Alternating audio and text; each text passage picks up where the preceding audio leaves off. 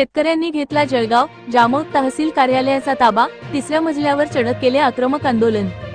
सरकारने तुपकरांच्या आंदोलनाची दखल न घेतल्यास अधिकही तीव्र आंदोलन करू, अक्षय पाटील।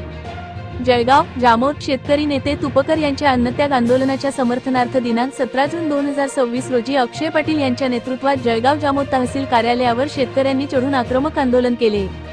शेतकऱ्यांना सरसकट कर्जमुक्ती, हक्काचा पीक विमा मिळावा या मागणीसाठी गेल्या 3 दिवसांपासून बुलढाणा येथे रविकांत तुपकर हे अन्नत्याग आंदोलन करीत आहेत। या आंदोलनाला पाठिंबा म्हणून संपूर्ण महाराष्ट्रामध्ये वेगवेगळ्या ठिकाणी शेतकरी रस्त्यावर उतरताना दिसत आहे।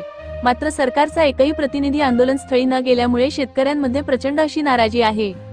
तरी शासनाने रविकांत तुपकर यांच्या मागण्यांना विचारात घेऊन त्यांच्या अन्नत्याग आंदोलनाचा विचार करावा व शेतकऱ्यांना सरसकट कर्जमाफी व पीक विमा द्यावा यासाठी जळगाव जामोद येथे युवा आंदोलक अक्षय पाटील यांनी जळगाव जामोद तहसील कार्यालयाच्या तिसऱ्या मजल्यावर चढून तीव्र आंदोलन केले। याप्रसंगी तहसील परिसर घोषणांनी दणाणून गेला होता।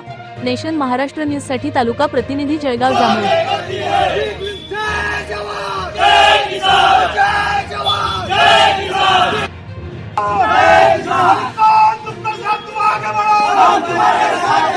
सरकारचं करायचं काय?